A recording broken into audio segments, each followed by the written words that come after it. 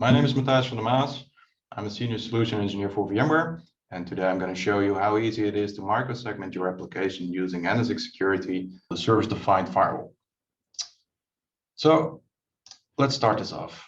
First off, we're going to create a tag, and we see the application on our left side of the screen. It's called application X. So let's just create a tag called X with the scope of an application.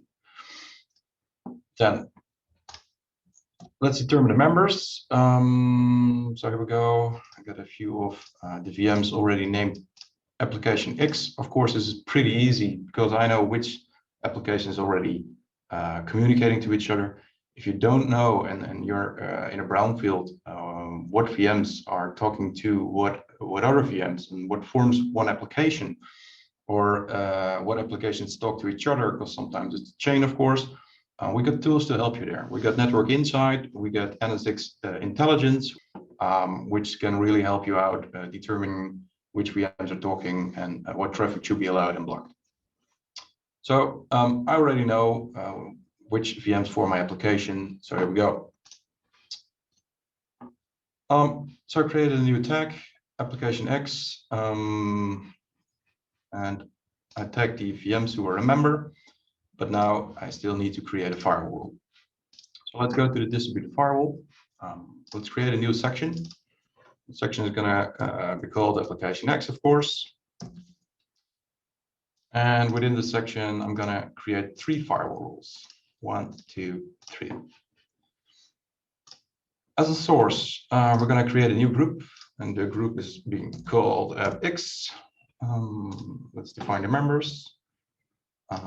Well, I'm going to define a new criteria, which is the virtual machine tag, which we already tagged to the VMs, and it's going to equal X with the scope of application.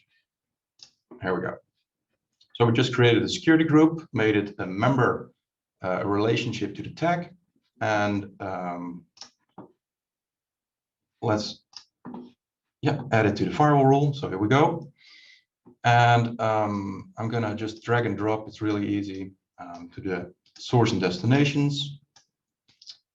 And this looks really weird, I know. We're going to apply it to the distributed firewall only to the VMs who are a member of this application. So I do not need to deploy this firewall everywhere in my NSX environment. And now, because this is really weird, we're stating when the source is application X and the destination is application X, we're going to allow traffic. Well, that's not what we want, isn't it? So we're going to negate the source, which is mirroring the membership. So here we go. There's a test through it.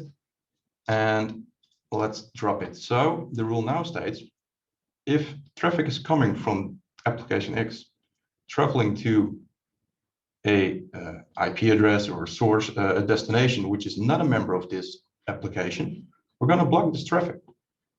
And let's do this the other way around, of course. So if you're coming from an application which is not a member of application X, going to application X, we will also drop this traffic. And then everything which remains is, of course, the traffic within the application bubble, which is application X to application X traffic, and we're going to allow this. So let's publish the rule. I'm not gonna, you can, of course, give it a good name, and you can give it tagging and logging, of course. But in the interest of time, let's do it like this. So I'm now pushing the firewall rules to all of the ESX servers. So no matter where the workload is running, the firewall rule will be applied to the applications, the workload, and the VMs. So let's refresh this page and see what happens.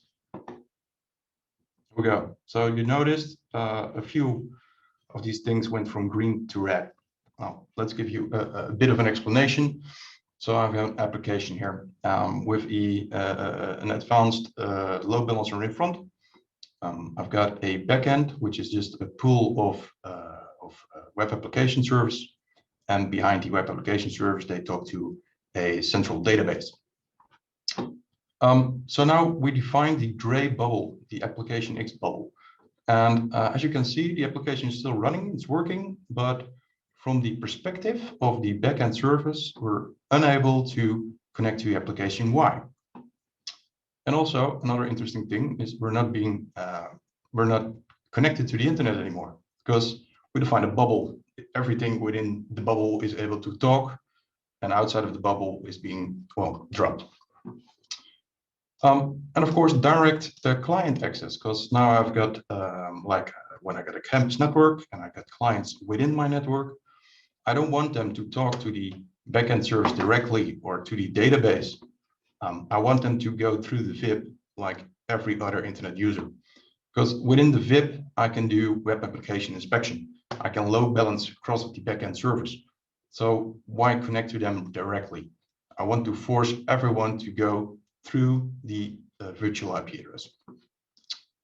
So now let's take this a bit further, because of course, all of the backend servers are able to talk to each other. And if we have more databases within the same application bubble, also the databases would still be able to communicate. So this is not microsegmenting. So I already defined a rule in which I defined these the zones. So we've got a front-end zone, we've got a back-end zone, and we've got a database. So all this does is actually stating within the back-end zone, traffic coming from the back-end zone, going through another back-end zone server, we will be dropping this traffic, because why would these web servers need to communicate to each other? They all serve the same purpose. There's no need to sync traffic between them. So this rule will make sure we're blocking all of the traffic within the zone. And then, of course, all the traffic we do want to allow is flowing from the backend to the database. And then again, same thing for the database. We would like to block all traffic within the database. So already defined these rules in the interest of time, and all we need to do is make the VMs a member of the security group, and we use tagging for it. So let's go. We got the database zone, and we're gonna make the database of application X a member of the database zone. And then we're going to have the web server pools be a member of the backend. Here we go. I didn't touch the rules there. I just slapped on a tag onto the VM or the container, and now they're a member of the security group. Hence, the firewall rule is being applied.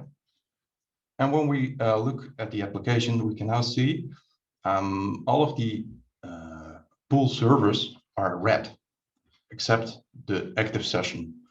So now we microsegmented the backend servers from each other.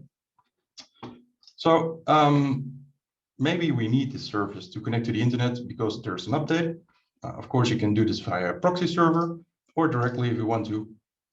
Same system. So we're just going to apply the internet tag to, let's say, the web server 2, web server 1, and web server 3. There we go. Save. And on the next refresh, the red internet bubble should become green. Here we go. So the backend servers are now able to connect to the internet. And just to show you that I'm not faking this, I'm going to, as you can see, I'm logged into the second web server here, and I'm going to ping vmware.com, which should be working now. Yep, there we go. So we've got a ping, and let's get the internet tag off again.